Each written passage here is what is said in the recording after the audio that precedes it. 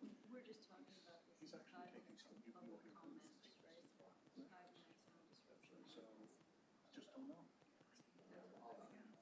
No, not to recommend. I don't think he's going to be, there is going to be discussion. Good times. Things that are extra. Tony, Yeah, listen, we Mr. never fail to Mr. Scavone, Christopher. provide a good job. Ian Tuttle is our first meeting here. Sorry.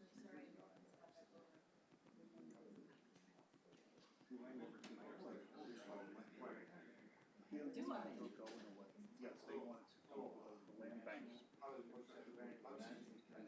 Is it really nutsy? There is It has volume? Oh, I just got out of the shower and I had to blow dry it a little bit, or it's been very wet. Well, Did not want to be a wet head, you know? this, the one that you. Looked like it just came through the swimming pool or something. I wouldn't want somebody to, you know, infer that that was the case, that I'm somehow having fun during the day, because totally not. Give it up. Did they identify themselves? Yeah, no, they try to explain what they want to do and help the benefit. We're recording now, you know that. Remember, Lyndon said. All right, I'm just wondering where everybody is, strolling in here with your 24 ounces of coffee, I see it.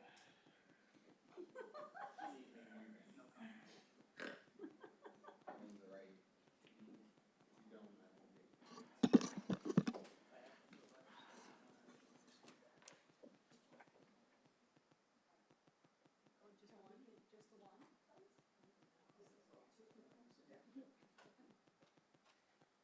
Just the one that you're letting out? I only have one. That you are. Who's running finance?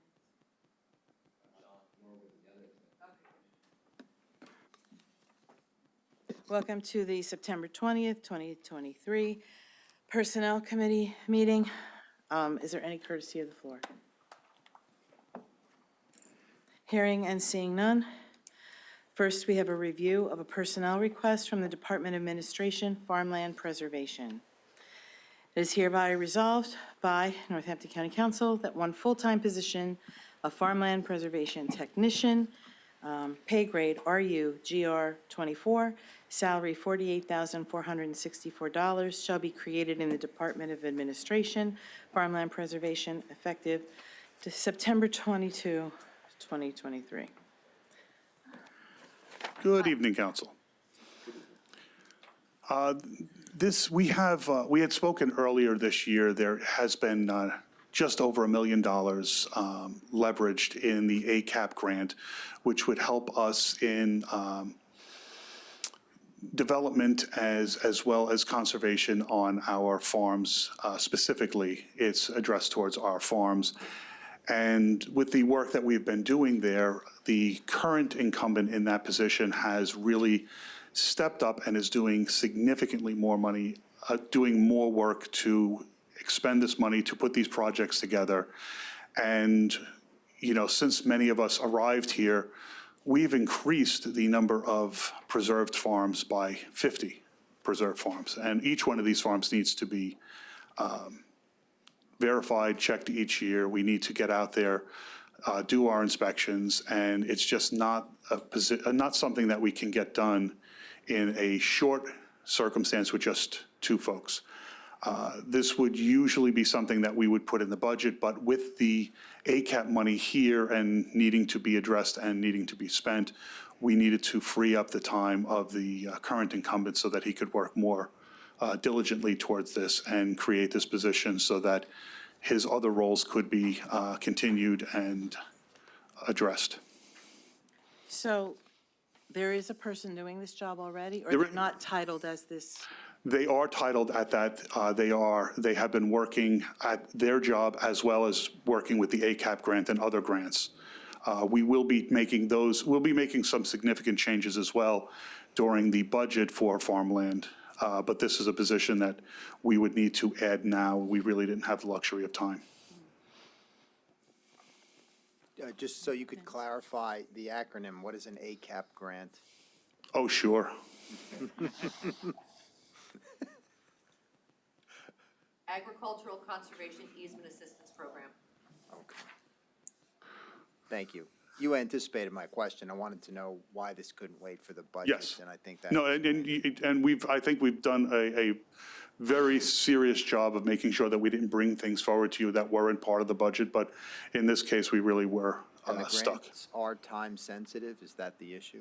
We have the money now, and part of the expectation is that we would be spending it. We started a little bit late on this because it would usually go a different direction, and I would tell you that we probably lost about 6, 7 months with it being done in the way where we have to do it in here. Okay, so we have grant money. We either spend it or we lose it. In time, yeah. We only have a certain amount of time. Now, it does carry over for about 3 years, but the timing of the disbursements really needs to be addressed. And, you know, for everyone here who's been such a good friend to farmland preservation, you recognize that you're spending money today that we won't get out the door for a couple of years. So a lot of these things do take time.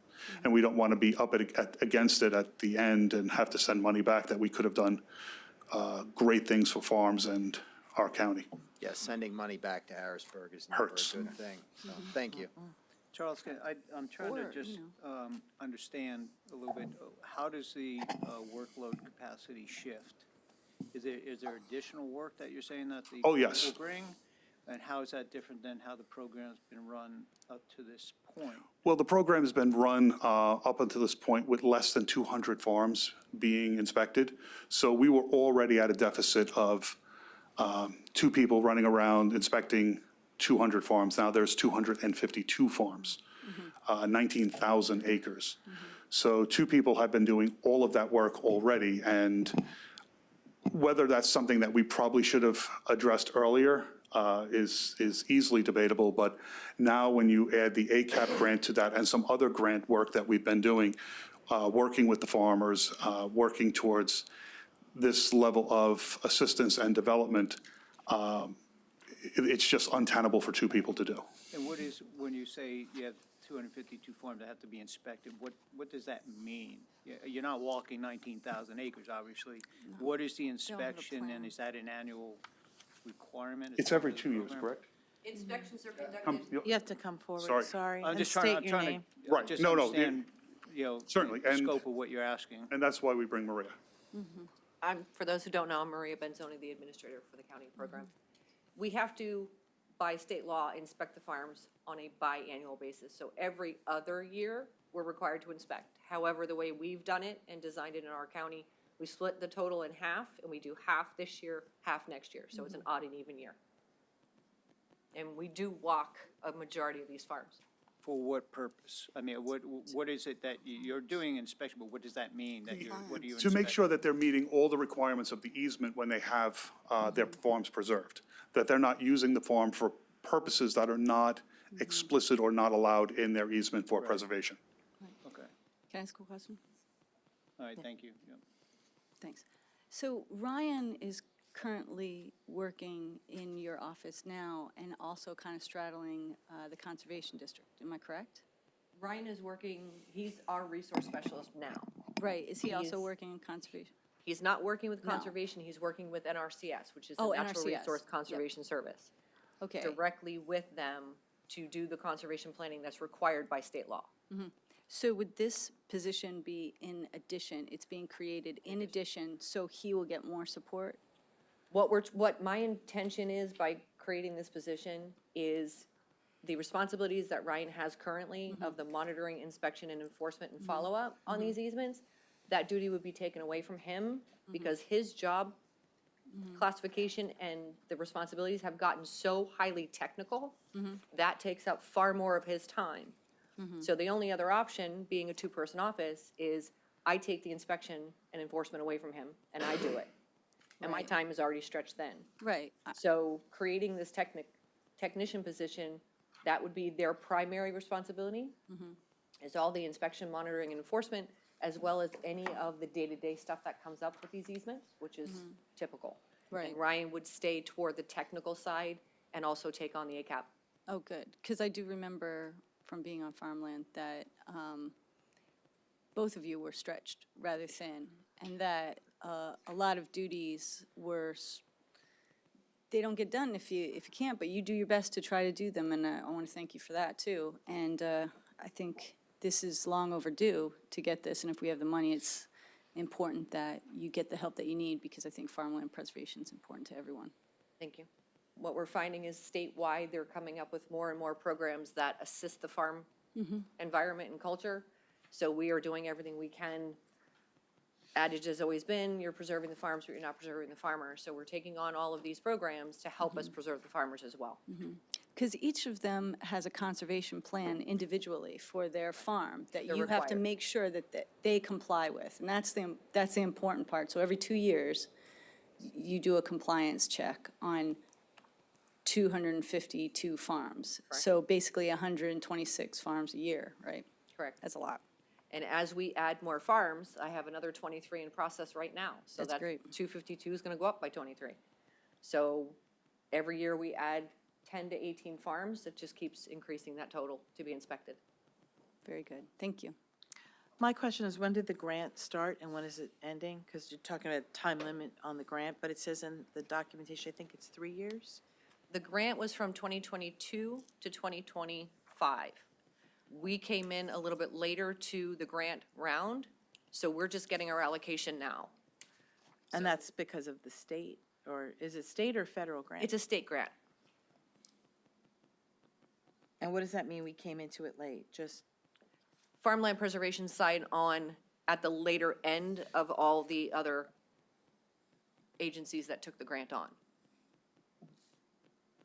they give you extra time to spend it? No. No, they do not. I knew the answer before I asked the question, I'm They do sorry. not. In fact, we already have 2 contracts signed, and our first allocation's already been allocated to those 2 major projects. And as you asked before about the time crunch, these projects need to get started before the season changes. It's concrete work, it's got to get in before the weather changes. So we're kind of in a rush to get everything done, lined up, and ready for the contractors to get out there and start. My questions aren't intended to be antagonistic, it's just to get information, because I think it's always good to remind us of the process and the timelines, because when do you have to have the applications in for people? Like you're always sort of, like applications are in now for next year, right? Or there's. You're talking sort about the of- farmland preservation applications? Right, do they have to inspect prior to see if somebody's even eligible, or the inspections start only after they're accepted into the program? The easement applications are different than the ACAP. So the farmland preservation applications go out November 1st, and we start ranking them as soon as they come in, and we get our funding allocation from the state the first week of March. So we're processing those applications from November 1 till we get our allocation in March, and then it starts the whole cycle with that process of preservation. ACAP is going to be secular based on the amount of funding we get and what applications come in. That's a totally different application cycle and different application round. Okay, are there any other questions? Yes, sir. Charles, the funding for the position, is there, with the grants, is there an administration fee that comes out of the grant? There that are we- some administrative to fees, offset, or is yes. this a- There are some administrative fees that we have there, and one of the reasons we moved to doing it at this point is we also have the money to cover this at this time as well, so.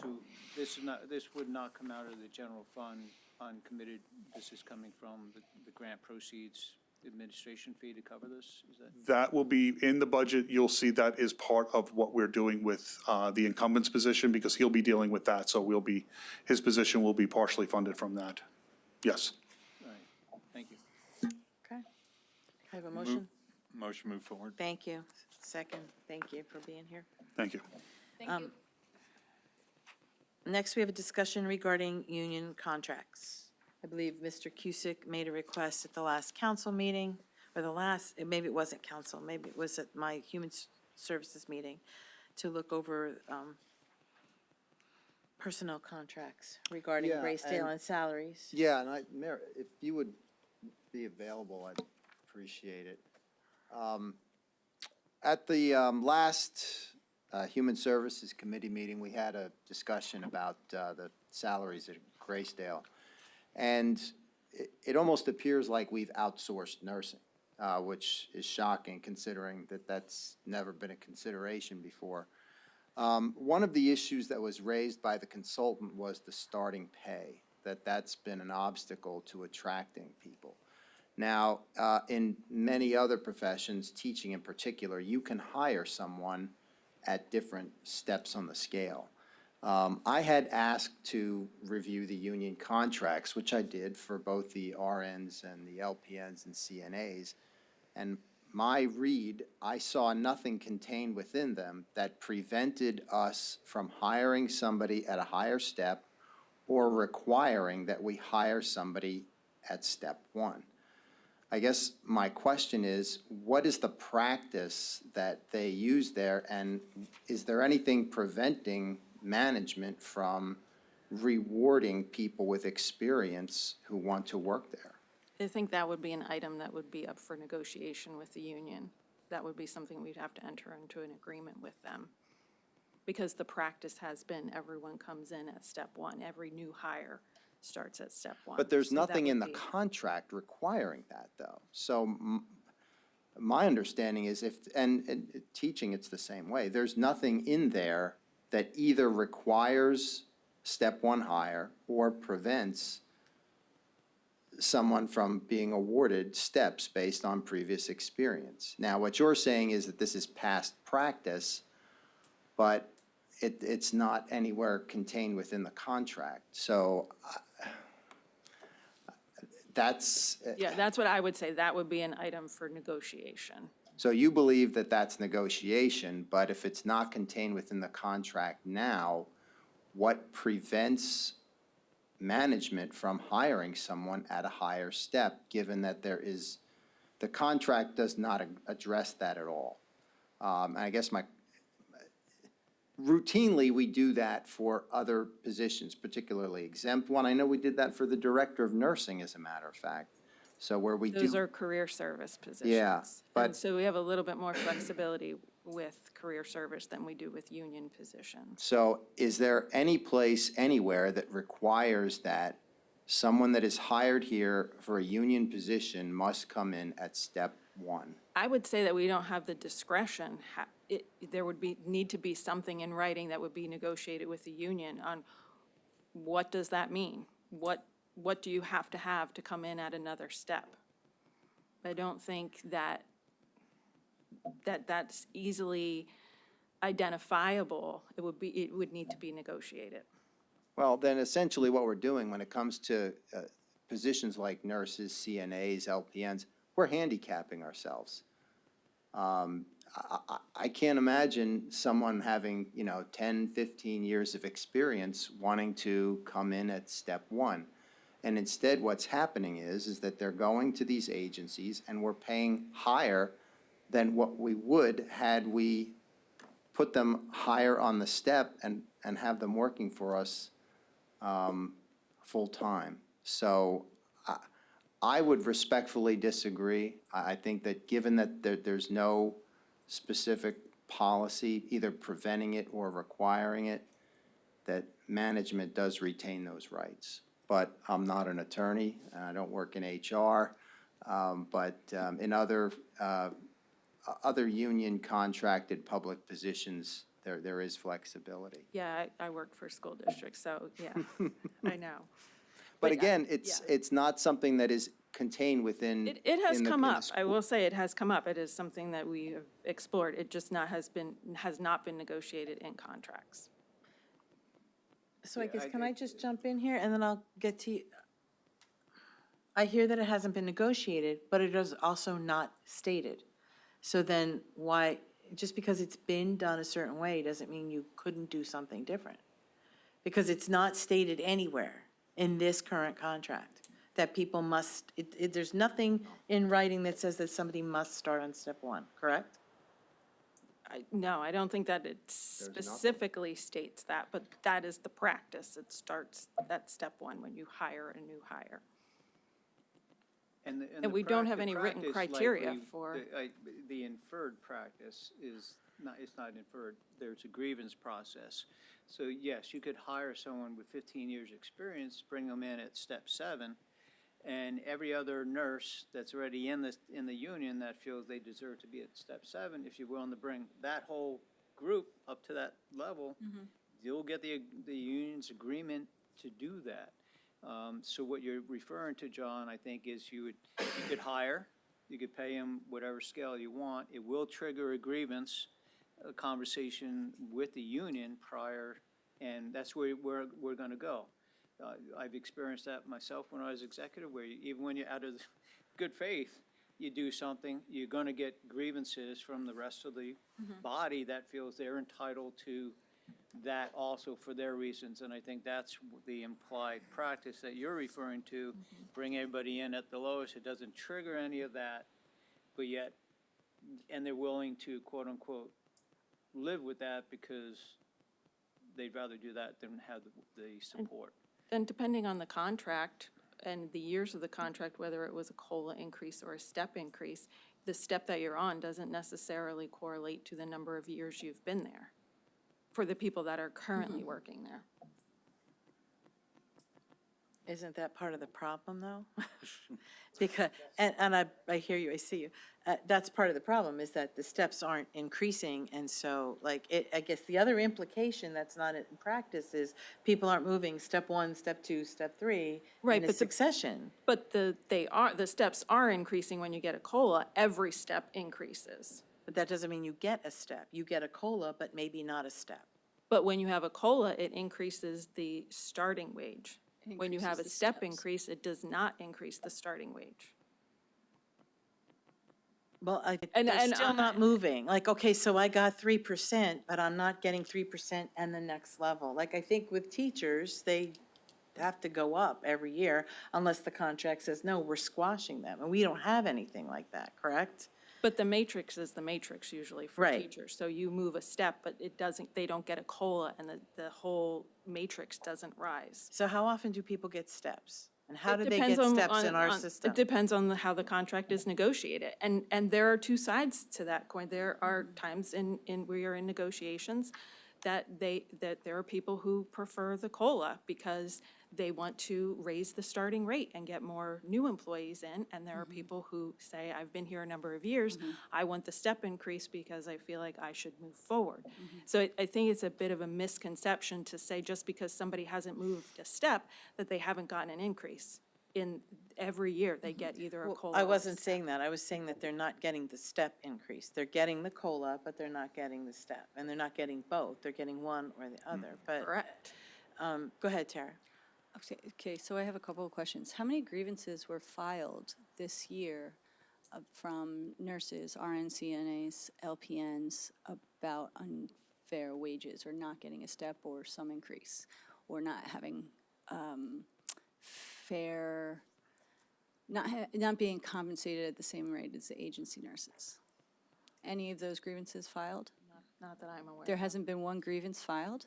No, because that's your salary is a negotiated item, so it's not grievable to say, because the contract outlines what you're Well, being that's what I'm trying to understand, because it did seem like John mentioned that if somebody was hired at a higher rate, that somebody who's already at that rate could file a grievance for a higher rate because they were there. Is that accurate? Yes, So they could. yes, they could. So they could, but nobody has. Because it hasn't happened.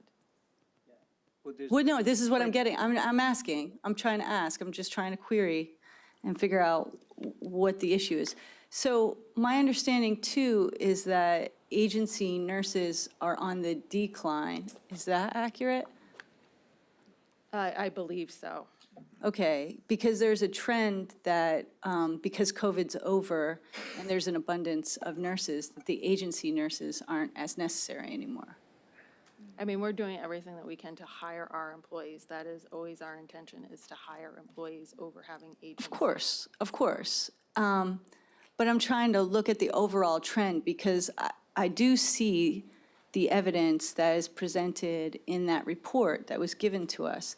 But a lot of the information presented was derived from extraordinary circumstances where we had to rely on agency nurses. And I'm not saying that no one deserves a raise or anything like that. I'm saying you have to evaluate the information in context. So if there is a decline in agency nurses, and when is the next time the contract will be negotiated? I believe it's up at the end of 2024.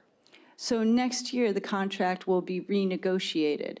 So at some point, all these things come on the table, but right now, there's not so much that can be done? Or is there something that can be done? We could enter into an MOU. Oh, okay. Is that something that the union has approached you about? No. And you wouldn't be actively somebody who, the union hasn't approached you with an MOU to increase this step wages or the entry wage? I'm sorry, Tara. No, it's okay.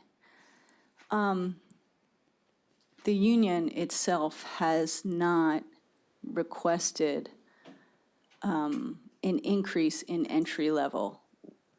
Is that correct? So if you're talking specifically about an increase in being able to hire people at a higher level, no, that is not historically something that they've been in favor of because, again, it raises the question of the people that are already there working. So would that, if it's beneficial to the county to have nurses come in at a higher rate, is that something that you could negotiate or present to the union as an option? Yes. Okay. Is that something you'd entertain? Yes, Okay. yes, we could.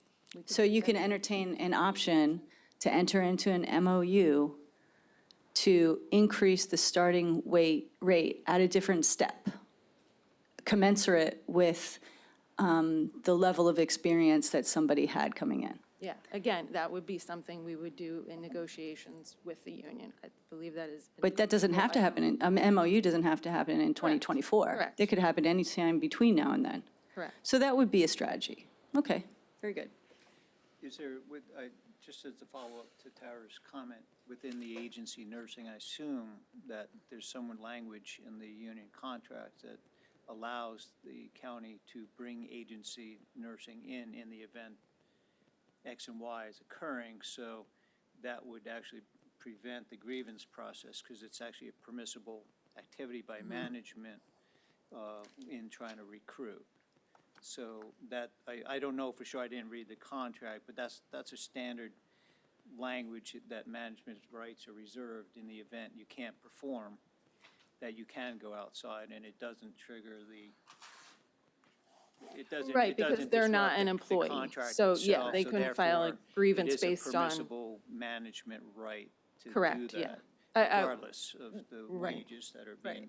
being compensated. I thought, maybe I misunderstood, that Tara was talking about hiring somebody at a higher wage, not just is what it said. agency. Okay. Right, Not but just she, but agency. you were referring to, the grievance would be, well, you pay an agency $65 an hour, you're paying, That's not what I was referring to. and therefore, we should be getting paid something Right, similar. yeah, that's, Yeah, but that- but that's a Grievable, yeah. little separate, yeah. Right, that wasn't exactly what I was referring to. I was referring to the discrepancy in attracting people to come to Graysdale with experience. So if you have 5 or 10 years' experience, like Mr. Cusick said, why would you want to come if you couldn't get, if all you could get is an entry-level wage?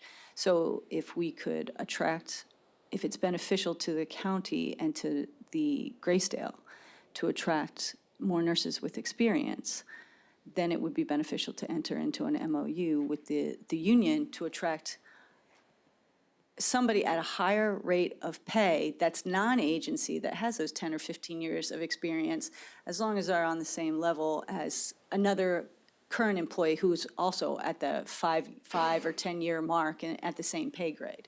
But you would just have to enter into that agreement with the union, is that correct?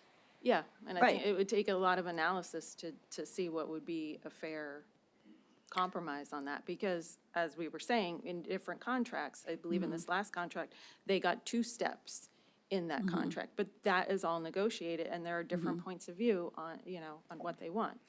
Right, but as our reliance on agency nurses continues to go down, It's not. Going up. it's gone up. Is that true? I don't have those figures in front. It would be really important to have those figures, because from what I understand, there's a trend in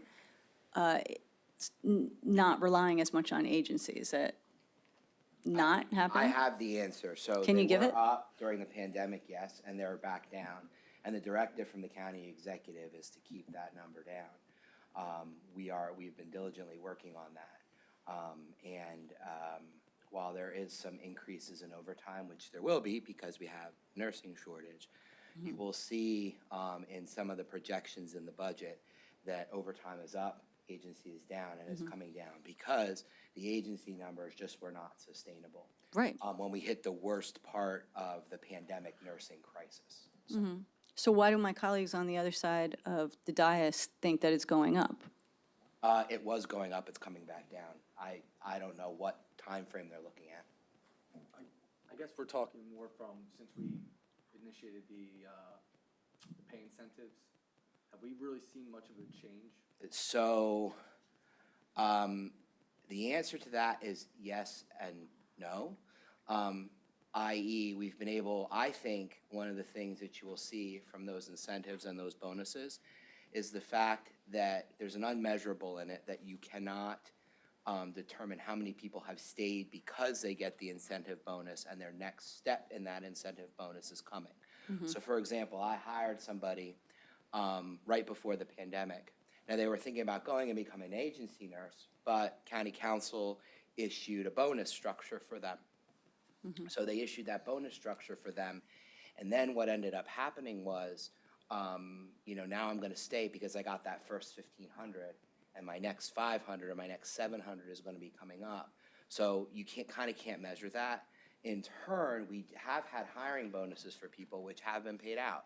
So as you look at those numbers, there's the measurable, like we've paid out X, and I don't have those numbers, I can get those numbers for council. But we've paid out so much in those bonuses. But there's also people who are hanging on because they're getting ready to meet the next step. Because they get paid out that money over, I believe it was 3 years, right?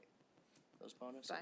It might have been 5 years. 4 years. Or I'm 4 sorry. years, Yeah, 'cause it was And that 25. was, and when we did that, council passed the resolution, but what council didn't see in the background is then the terms of all that and the mechanisms had to be negotiated in an MOU. Because it is now part of, and formally part of the collective bargaining agreement. Sorry, I didn't mean that. I just knew the answer to your question, Mr. No, I appreciate that. I think we're all just trying to look for answers and make sure that we get the best for Graysdale, for the nurses, and for the county. So back to, are you I'm finished done. with your question? Why don't I turn it back to you since this is originally your ask, Mr. Cusick? I guess then my question is, when we put it out for advertisement, do we put our starting wage, or do we, 'cause part of the issue here is attracting people. And if we're putting this out as a starting wage, I've had nurses up there show me cards they get, starting at significantly higher than where they're at. Now, they don't get the benefits. Exactly, and that's what I was gonna say, there's more to the story. So the starting wage might be X number. There's also bonuses, just being in the building, you get an extra bonus. There's bonuses for weekends. There's, overtime when you work on your off weekends, you automatically get overtime. There's a lot of that. There's overtime after 8 hours worked in a day. There are a lot of places that don't have that. So, but you're right, it is difficult when somebody says, here, they're hiring me at this number per hour, and this is our number. So it takes a little bit more explanation. It takes us as recruiters to go out and explain these things.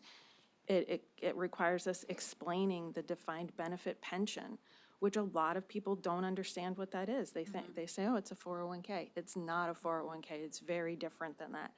We have a very robust benefit package, which I also think the report showed, when you compare it to others. So you might be getting X number per hour, but what is your paycheck at the end when they deduct all of that stuff? And it requires more explanation. It makes it a little bit more difficult to recruit. And that's why we like to get in front of people and go to nursing schools and explain those things to them, because it does matter. Yeah, but again, I think that the issue is attracting people that have experience And that's what the consultant seemed to point out, was that we have difficulty doing that because of the starting wage. And I agree with you that bonuses are attractive, but ultimately what a lot of people look at is how much they get per hour. And that's where I think we're falling short. And I think, as I've looked at the quarterly reports, Graysdale has been over budget for agency nurses every quarter. So I'm hopeful that what Mr. Barron said about next year's budget is correct, but from what we've seen this year, they have consistently exceeded their budget for agency nurses. And I think of it this way: if I'm a full-time teacher and the substitute in the room next to me is making a higher wage, well, I'm going to quit and go work for the sub-service because I'm getting higher pay and I wouldn't be paying any union dues. So I would suspect if I were the union, I would want to be able to attract more full-time employees who are dues-paying members rather than having an agency nurse who's not. So there's something in there for them too. So I think that Yeah, and if you want to negotiate with them, again, it's not contained within. So, but if you believe it's something that can be negotiated, negotiate it. If we can get more experienced people, that's the way to go. Yeah, I believe it's a subject for bargaining, and like I said, it has come up, but it's a complex negotiation because you have to consider the people that are also working there. Yeah, I don't see it in any school board contracts. Maybe it is, maybe it isn't. I haven't read every one, but typically, they always, tell experienced teachers, you have leverage when you're first hired. After that, you're stuck on the guide. Here, we're saying you're stuck on step one. You have no room to negotiate. So I just don't think that's right. Thanks. If I may, just to follow up on that, I think the range was somewhere between $6 and $11 in the report from the consultant in terms of salary, wages, and so on and so forth. But the other interesting comment they made was that on the benefits, despite the robustness of the benefits the county's offering, the employee base currently, that's not what they're looking at. So adding additional benefits into the package really is not doing much to attract. We're not seeing a significant shift into being able to attract new employees into, well, we'll stay with Graysdale for a moment, based on the benefit package. So adding anything more to that, and despite the administration's push to, do, that's what we heard about the clinic, right? The more we'll attract, we'll be able to recruit, but that's report is telling us actually the opposite. That while it's important, it's not a driving incentive for recruitment purposes. And I'm kind of with you, somewhere in the tug of war over wages is where the battle will be won. And I understand your challenge and dilemma of, as soon as you have to start to explain, Yeah. you can see the glazing over their eyes. We just want to know how much is it, because I understand $20, $30, give me the dollars, that's an easy universal measure. But when you start rolling in benefits and stuff, it doesn't. But it does matter when they need it. When they have a condition, That's a philosophical question and It does matter when they challenge need it. that, And it does matter for their take-home pay at the end of the day, too. So, like I said, when you're comparing, I'm making X number per hour here compared to what I'm making over here, that doesn't always translate to more in your paycheck at the end of the day No, because of the deductions that they're taking. And so it does, but it does require a little bit of a nuanced explanation sometimes for people. But we haven't, over the past 18 months, with all the incentives and such, and as I think Mr. Barron was pointing to, you don't know the impact of the state bonuses and those types of things that have been worked into the contracts. But yet, I'm not sure that we're seeing a significant ramping of recruitment of new employees. So it sounds good. It's kind of moving peas on a plate, and hopefully we're beginning to see some momentum in that direction now that these programs have been in place, but I'm not sure we're seeing it despite all the money that has gone towards it from a recruitment perspective. I'd like to be able to say, yeah, that's great, that we're seeing a lot of momentum, especially at Graysdale.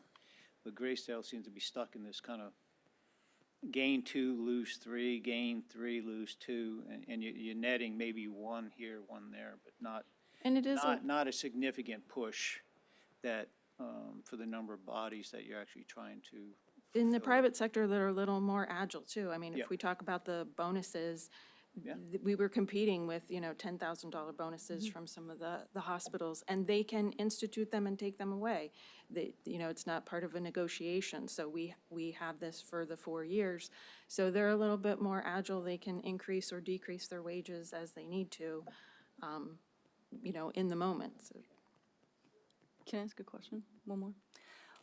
Do you know the actual hourly wage somebody would make if they maximized all the bonuses and all the weekend working and everything else? Because it seems like if it's a positioning thing. Because if you positioned it as this is the maximum salary you could make if you did X, Y, Z. I don't know the numbers off the top of my head. I do know that in looking at that report, I was watching when the report was, I noticed that they had our starting wage compared to average wage earned from other places. And I think you're comparing apples with oranges there because of all the bonuses, because of all the overtime that we get, I would think that getting their average salary would be a better, more accurate comparison. But that's difficult to do because some people, come in and work their hours. Some people work a lot of overtime. Some people come on the weekend, they're off weekends so that they can make time and a half. There's different shift differentials depending on their shifts, so it's difficult. Right. So come up with that figure. whenever you're looking at a report, you understand that some of the data and information can be skewed one way or the other to achieve whatever goal or end you want to. Like, you want to believe that this is an independent group that positioned it in a very neutral way. But it does seem in some cases that understanding what the maximum amount of starting pay could be would be integral in understanding how it is that we can attract more qualified individuals who might have some experience behind them and want to be able to, work on the weekends, maybe want to work some flexibility, appreciate bonuses and things like that. If that's all worked into the hourly wage in some way that's understandable and comprehensible of this is what you could get, then it seems like the hourly wage isn't just like $19 an hour or $26 an hour or, whatever it is. It's actually a lot higher, so yeah, you have to compare apples to apples. So I'm curious, did you go through that report at all, and what did you find in terms of discrepancies beyond the difference between the median wage and the starting wage? I mean, that was one thing that stood out to me because it seemed they were comparing our starting weight with the average wage earned, which could be, very different depending on how you calculated it. I did think that the report was very thorough, and I'm not necessarily disagreeing, but I think it's important to hear all the sides. Yeah, I wasn't part of them doing the No, report. they were or in independent, there, yeah. So, Yeah, very good, thank you. Any other questions or concerns? So when does the negotiation start? You said the MOU ends on 2024, or the negotiations? contract ends on 2024. So when will you sometime begin the conversations to renegotiate? Sometime next year. The AFSMI one goes until the end of 2025. Oh, I'm sorry, 2025 it is? So we're then which one is negotiating next 6 year? The That might be the RNs? RNs. Yeah, sorry. Yeah, the AFSMI one goes through 2025. But there is a significant difference if you look at someone who starts on the first step and someone that starts maybe on the fifth step. Now, what some school districts do is they'll say the maximum you can start at is step something. Right. But I would just like to see us offer some flexibility so we could attract some experienced workers. Otherwise, we're going to continue to lose to agency. Okay, thank you. Motion to adjourn? Sure. Thanks. Move into finance. Okay, so Mr. Heckman could not make it due to illness, and he asked if I could run the meeting. So we will start then with courtesy of the floor for anyone from the public that would like to address the Finance Committee. Okay, seeing none. First item is a discussion regarding an antenna site lease agreement, and who do we have for that?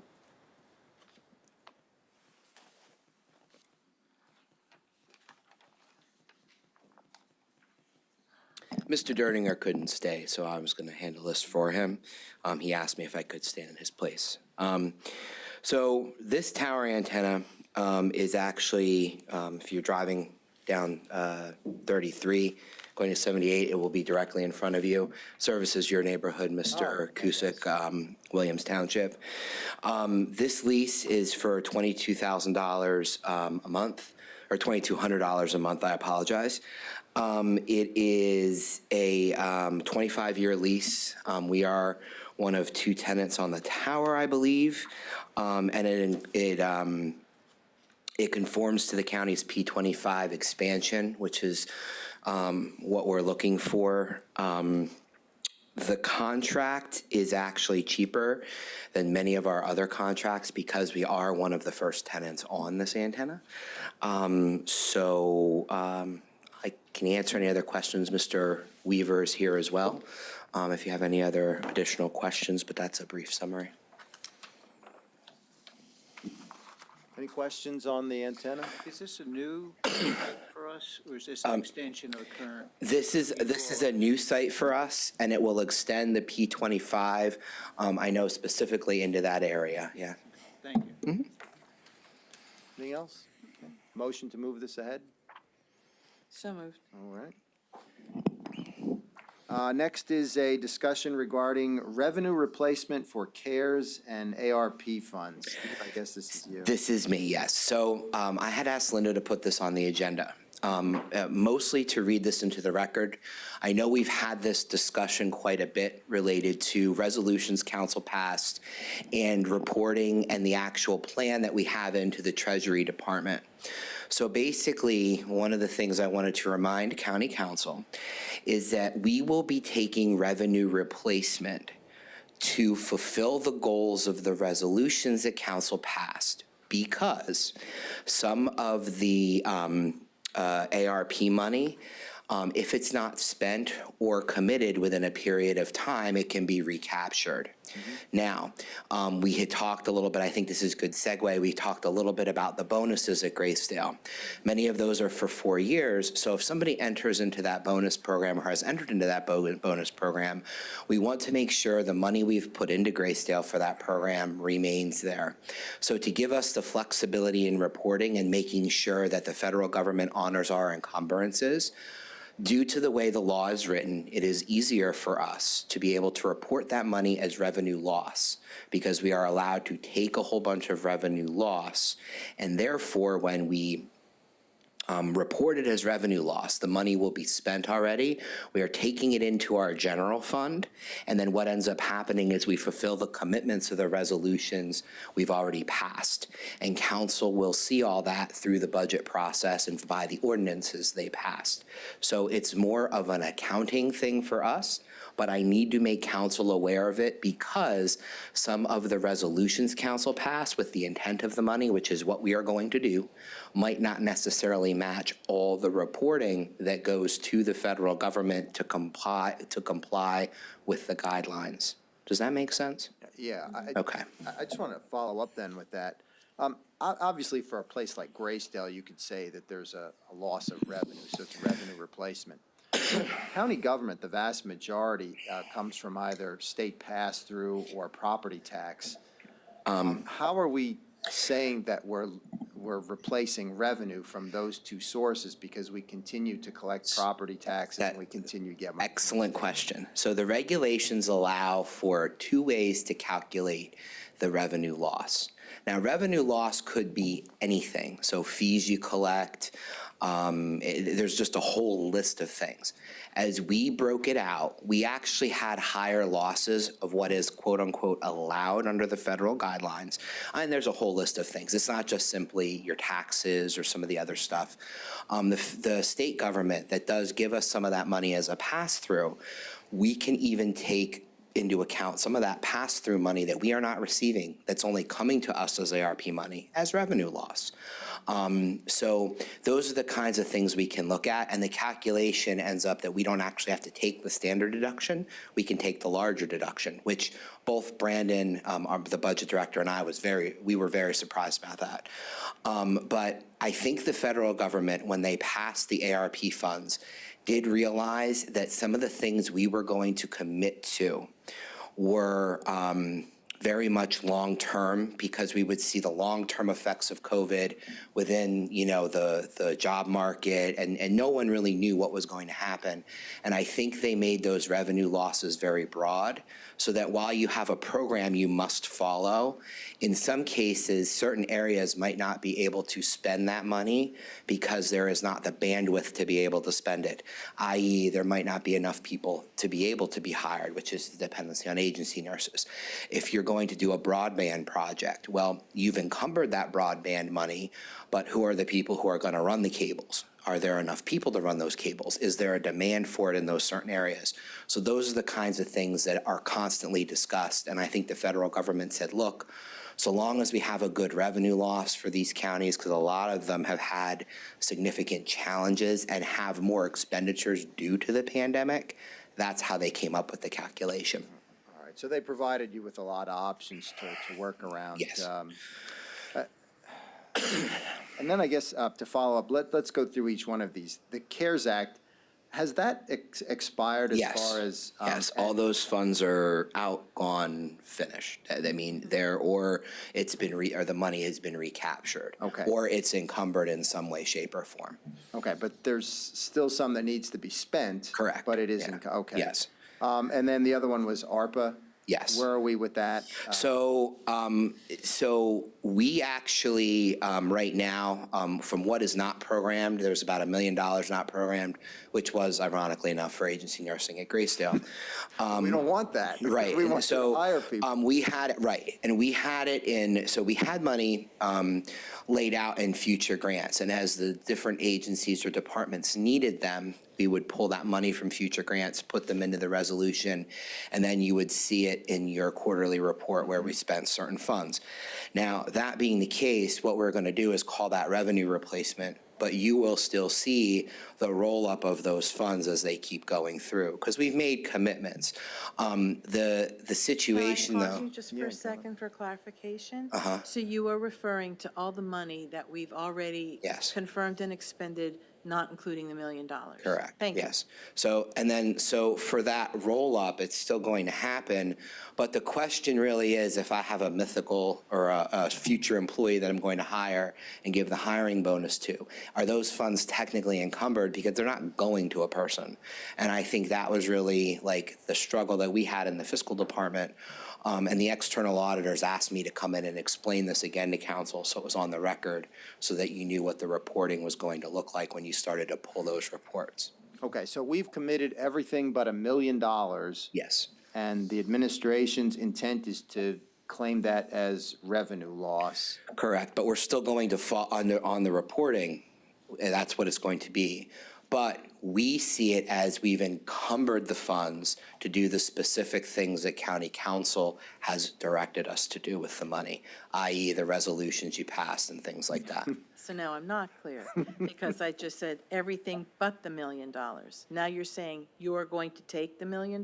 No, I never Okay, said that's that. what- I said that's just what the you just said, so I just no, wanna be no, clear. my words are very clear.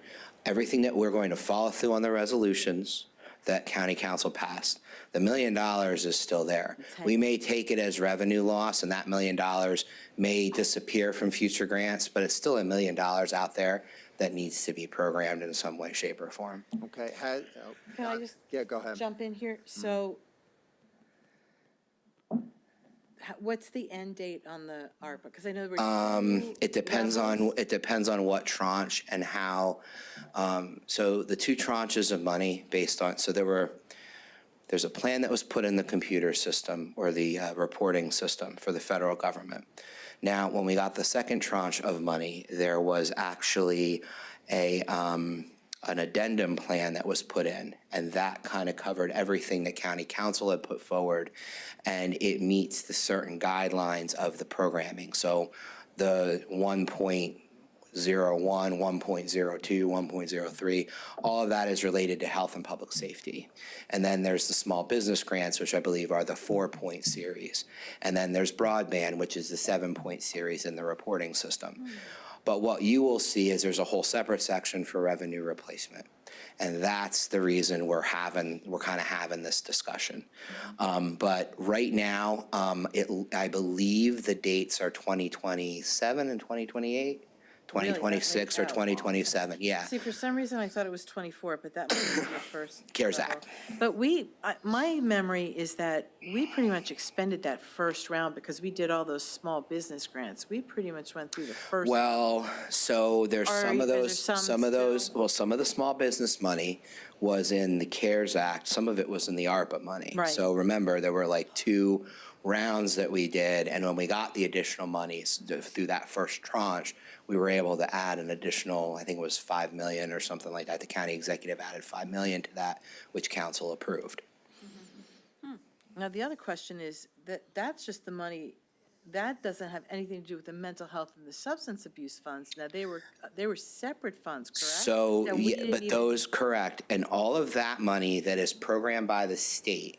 So I'm not talking about any of the money that was programmed by the state or comes through as a pass-through from the state. The state has all of their different type of reporting and what they have to do. So like, for example, the CMED program, I report all the federal CMED money, but there's some state money that, is still out there that we have to report and we have to answer to the state for. If that makes sense, excuse me. So then, did they give any options, because you're saying that they're recognizing that maybe people committed the funds but may not get to spend them in the time that they requested. Are they offering any? No.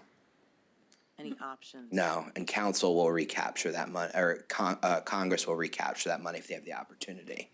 And since we've already promised that money, it would be terrible for it to get pulled back. So this is the best way to make sure this money, which was supposed to help the citizens of Northampton County, stays in Northampton County. And then I guess the question is, will we see that $1 million somewhere in the budget? Will it be listed under future grants? Yeah, you'll see a lot of it in future grants, and when we get to the DCED portion of the budget, if you have any questions about that, we'll talk through that whole process. Okay, Absolutely, in that budget hearing. all right, because that council can create revenue, so. Correct. Wanted to make sure it was included as revenue. Correct. Yeah, all of the money received is included in revenue, and much like DCED, you will see some stuff in future grants. And, like this budget amendment that's going to be passed, or hopefully going to be passed tomorrow, there is some money from that revenue replacement that is included in the budget to kind of start us on that path in 2023. Anything else on this? Questions from council? Thank you very much. You're welcome. Then the next one is a review of the Article 13 contracts, PMA Management Corporation. This is for insurance. I believe we have them here.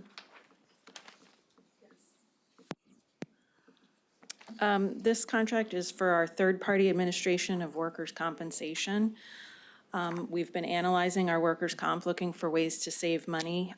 In working with our risk management company, EHG, they did some analysis of the fees that we're paying for our current TPA and their fee structure, and we realized that we had potentially some significant savings to find by seeking an RFP. We had 5 companies send in bids, which did not include our current TPA. PMA Management was chosen based on a number of factors, including their pricing structure, which is a significant savings from our incumbent, their online data access with their extensive reporting capabilities, their superior public entity experience, and they also have a call center located in Allentown. They have a proven track record of saving money for public entities, and we believe that we'll see significant savings in our claims as well as our service fees, in addition to providing better service for our employees. We do have a representative here from PMA if you have any specific questions for them. Yeah, so this is a 5-year contract for $487,000.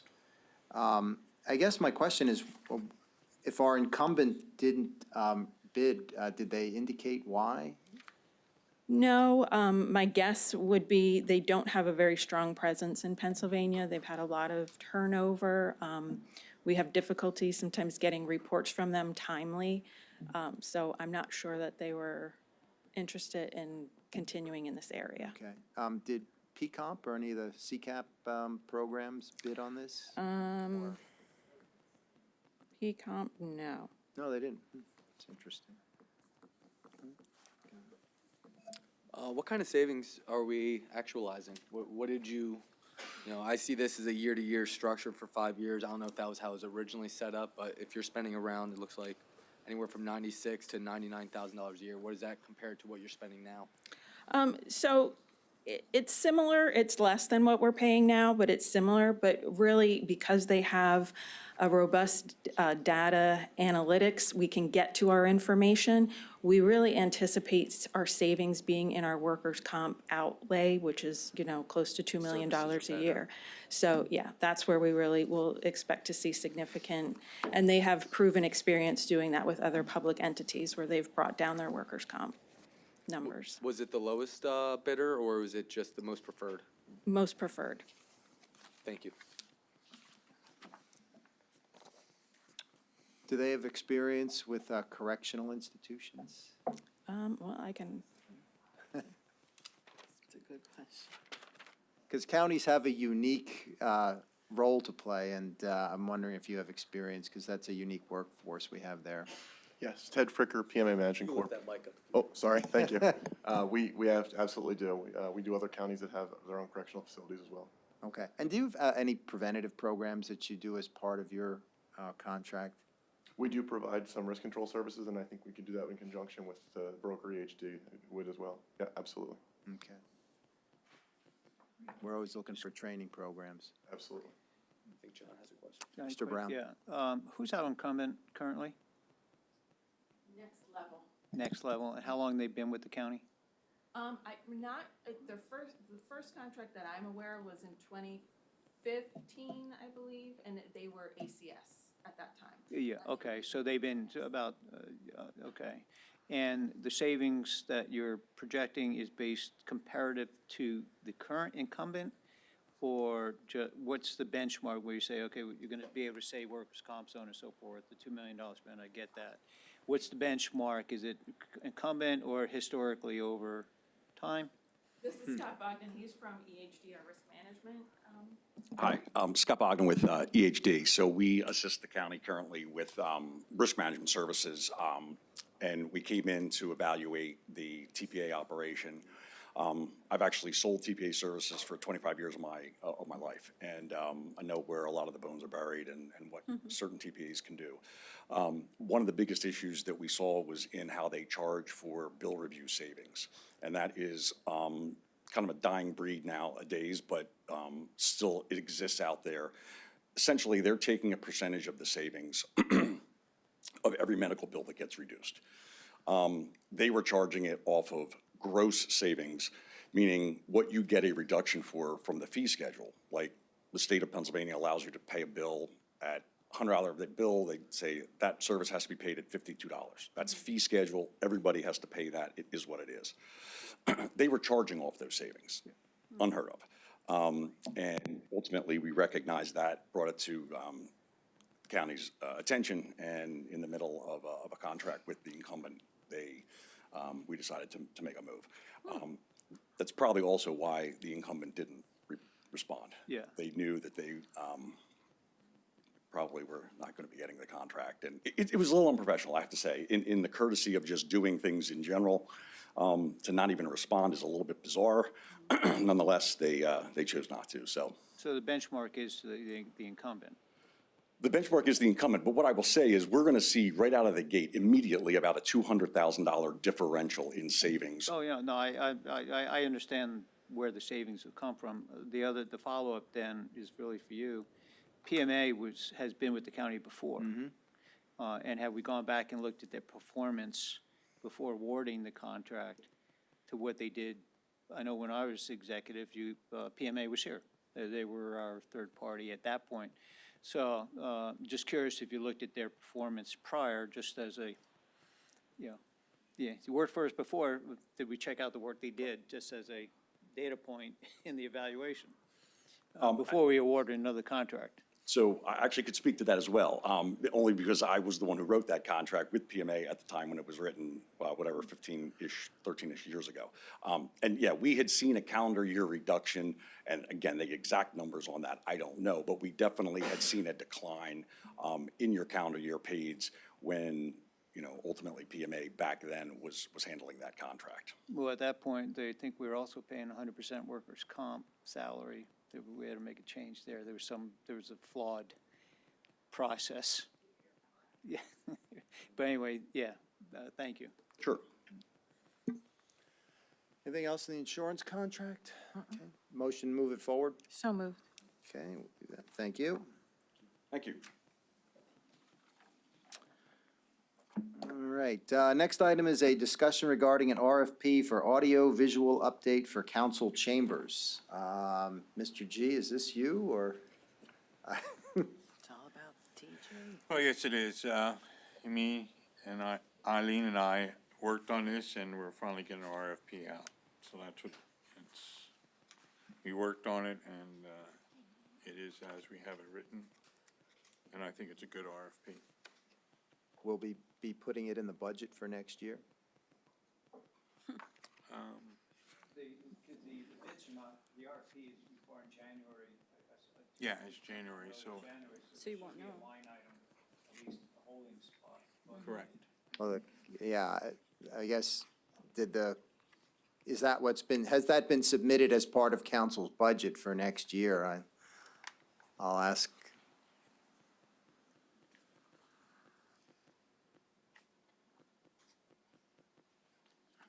It wasn't submitted as part of the budget, but we did have contingency funds where we're going to take the funds from. Okay. The council contingency has always been a question mark. How much do you anticipate, or did you put in for council contingency then? Well, this year we put in 400, and I think we lowered it. I'm not exactly sure off the top of my head. Okay, I just want to make sure that there's an But- adequate amount in Well, council because the other budget for next RFPs year. came from contingency, it was decided that this should also come from contingency because it's going to be council's RFP and not the executives. Okay. Any questions on this otherwise? Okay. Nope. Motion to move this ahead? So moved. Okay, we'll put it on the agenda for tomorrow. Anything else for finance at this time? Okay, seeing none, we'll move to adjourn. How much of a break do we get in between, Linda? I need at least 5 minutes to change over. Okay, On from 10. Sure. thank you.